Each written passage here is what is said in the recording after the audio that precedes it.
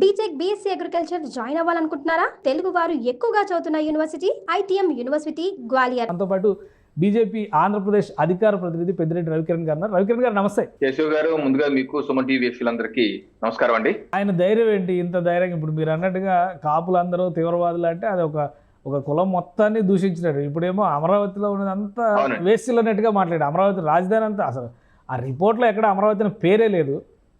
బహుశా కాలం ఏమైనా డేట్ కాలంలో ఏమైనా అమరావతి అది కూడా పెట్టడానికి అవకాశం ఉంది, ఎందుకంటే అది ఢిల్లీ నుంచి వచ్చినటువంటి రిపోర్ట్. అది ఎందుకు అతను అంత దురుసుగా మాట్లాడతారు? ఆ మాట్లాడే వివరణ ఇచ్చింది కూడా చాలా విచిత్రంగా ఉంది. ఆయన వివరణ ఇచ్చిన దానిలో కూడా నేను వచ్చిన రిపోర్టును మాత్రమే చెప్పాను, నాకు ఎలాంటి వేరే ఉద్దేశాలు లేవు, ఎవరన్నా మనోభావాలు గాయపడితే నేను క్షమాపణ చెప్పడానికి సిద్ధం అన్నాడు కృష్ణరాజు.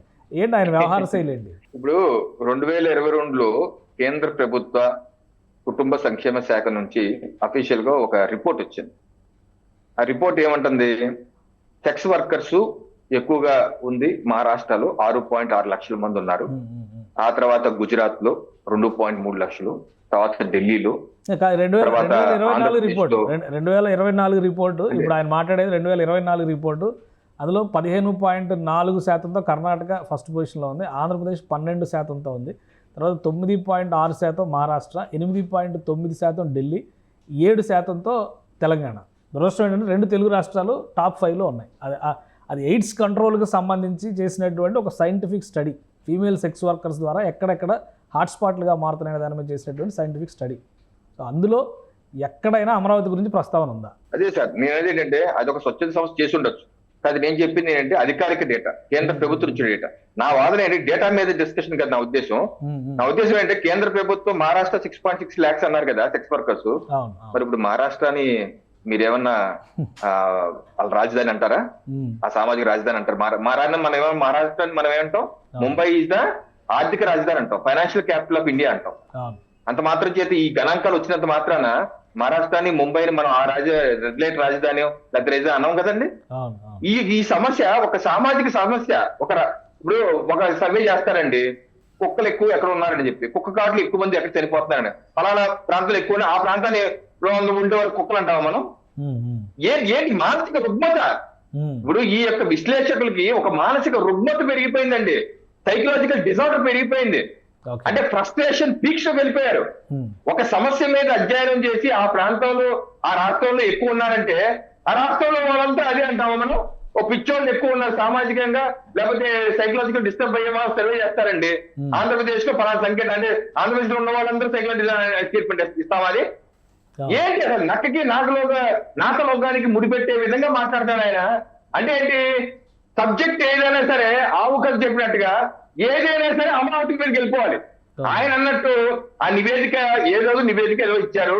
ఆ నివేదిక ఆంధ్రప్రదేశ్ లో ఇంతమంది ఉన్నారు అన్నారు. అంతేగాని పలానా ప్రాంతంలో ఉన్నారని చెప్పారా? పలానా ప్రాంతంలో ఉన్నారు, వాళ్ళు ఎక్కువ మంది ఉన్నారు, దానికి రాజధాని అయిపోయి పోనీ ఉన్నా సరే రాజధాని అక్కడ ఉండే వాళ్ళంతా అటువంటి వాళ్ళు, అదంతా ఒక రాజధాని అయిపోయింది అనే హక్కు మీకు ఎవరు ఇచ్చారు? ఆ సమస్యను పరిష్కరించడానికి ఆ నివేదికలు వస్తాయి, కానీ దాన్ని నేములు పెట్టి వాళ్ళ యొక్క మనోభావాలను గాయపరిచి, కాపుల మనోభావాలు గాయపరచాలి, గోదావరి జిల్లాలకు మనోభావాలు గాయపరచాలి, ఉత్తరాంధ్ర మనోభావాలు గాయపరచాలి, రాయలసీమ, ఇలా ఒక మానసిక రుగ్మతలో వైసీపీ పార్టీ జగన్మోహన్ రెడ్డి కొట్టుకుపోతున్నారండి. మతాల ప్రస్తావన కూడా చేశారు. దేవతల రాజధాని అంటే ఏ దేవతలు? మీ దేవతలే ఉండాలా? క్రిస్టియన్ దేవతలు ఉండరా? ముస్లిం దేవతలు ఉండరా? ఇది కూడా ప్రస్తావించారు. ప్రతి విషయంలో ఇప్పుడు అమరావతి అన్నది చంద్రబాబు నాయుడు గారు పేరు పెట్టింది కాదు కదండి, శతాబ్దాల చరిత్ర ఉన్నది. అమరావతి ప్రాంతం హైందవ ధర్మానికి, బౌద్ధ ధర్మానికి ఒక మూల విరాట్గా వేసిన ప్రాంతం అది. శాతవాహన రాజధాని ప్రాంతం అది. సముచిత చరిత్ర, ఘనమైన చరిత్ర ఉన్న ప్రాంతం అది.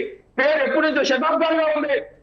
అటువంటి చరిత్రలంతా మీరు వదిలేసి మీరేదో దేవతలు ఏదో అన్నారు, అక్కడ వేరే వాళ్ళు ఉంటా, వాళ్ళు ఉంటా, వీళ్ళు ఉంటా అంటే సమాజంలో విచ్ఛిన్నం చేసే కుట్ర ఈ జగన్మోహన్ రెడ్డి గారు వైసీపీ పార్టీ కుట్ర. డాక్టర్ ప్రవీణ్ విషయంలో మనం చూసాం ఏ రకంగా మతాల మధ్య కుట్ర, ఒక చిచ్చు రేపాలని లేండి ఉన్నట్టు చేసే ప్రయత్నం వైసీపీ పార్టీ వాళ్ళ నేతలు చేశారు. అన్ని విషయాలు సింహాసనం అప్పుడు కూడా చూస్తున్నాం. ఏ రకంగా ఒక ప్రణాళికాబద్ధంగా చావుల మీద పరామర్శలు చేసుకుంటూ వెళ్ళిపోతారు. దాంట్లో భాగంగానే ఈ డిబేట్ కూడా ఇట్స్ ప్లాన్ అండి కేశవ్ గారు. ఈ special discussion keep watching. Suman టీవీలో మీ పర్సనల్ అండ్ బిజినెస్ ప్రమోషన్స్ కోసం కింది నెంబర్కి కాంటాక్ట్ చేయండి.